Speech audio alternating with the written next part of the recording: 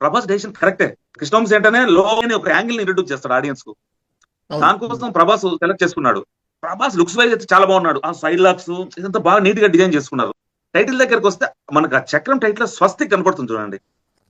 అవును. స్వస్తిక్ మనకేదో ఒక చక్రం అని. తర్వాత కొంచెం లోపలికి వెళ్తే తను స్టార్టింగ్ లో పెళ్లిలోంచి ప్రభాస్ ఎస్కేప్ అయిపోతాడు.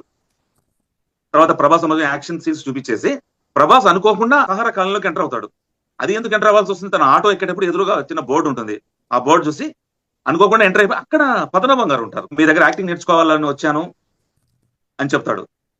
సరే ఏదో మొత్తానికి తనే అనాథగా ఉన్నాడు. తనకు సరే ఒక రోడ్కి ఆస్కారం ఇచ్చాడు. ఉన్న తర్వాత ఇక్కడ ప్రభాస్ చిన్న డైలాగ్ మాట్లాడతాడు ఒక రోజు.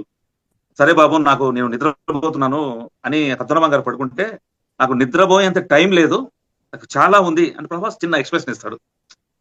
అది చాలా బ్యూటిఫుల్ గా ఉంటుంది ఎక్స్ప్రెషన్.